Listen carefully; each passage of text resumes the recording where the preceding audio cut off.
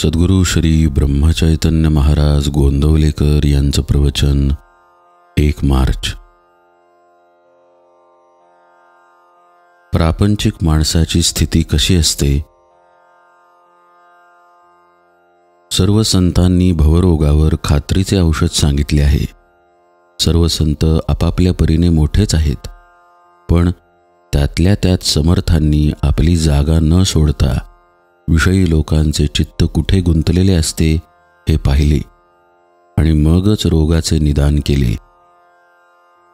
आमचा मुख्य रोग संसार दुःखाचा असून तो सुखाचा आहे असे वाटते हा आहे।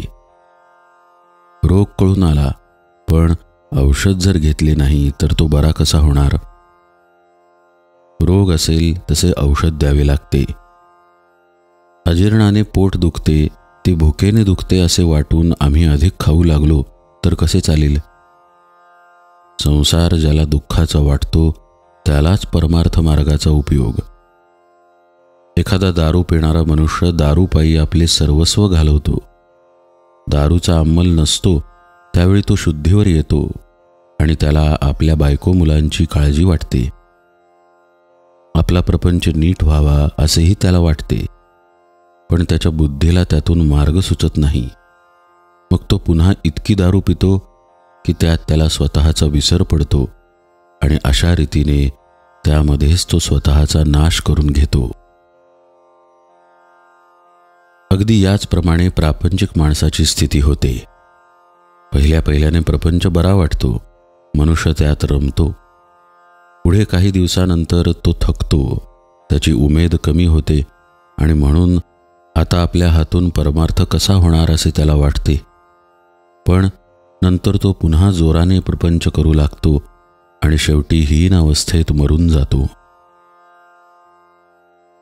जो जगाचा घात करतो तो एका दृष्टीने बरा, कारण जग स्वतःला सांभाळून घेईल, पण जो स्वतःचा घात करून घेतो त्याला कोण सांभाळणार?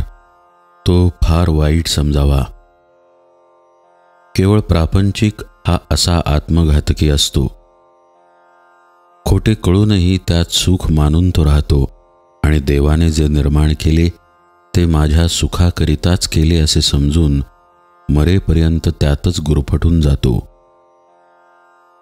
मनुष्य तेच करीत असून सुद्धा त्याला त्याचा कंटाळा कसा येत नाही? कालच्या गोष्टीच आपण आज करतो। आपल्या लक्षात जरी आले नाही तरी त्या गोष्टी झालेल्याच असतात। तेच ते जेवण, ती नोकरी, तोच तो पैसा मिळवणे, सगळे तेच। असे असताना माणसाला कंटाळा का येऊ नये? याचे कारण असे आहे की विषय अत्यंत गोड तरी असला पाहिजे किंवा हवेला तृप्ती तरी नसली पाहिजे। या 2 कारणांपैकी दुसरे कारणच खरे आहे। आपली हाव पुरी झाली नाही हेच खरे आहे। विषयामध्ये सुख आहे ही आपण कल्पना केली, त्याचा अनुभव अनेक वेळा घेतला, तरी अजून आपली कल्पना ही खरी की खोटी हे आपल्याला कळत नाही, हे मात्र और आहे। जो मनुष्य प्रपंचातला आपला अनुभव जमेस धरत नाही तो कशानेच शहाणा होत नाही।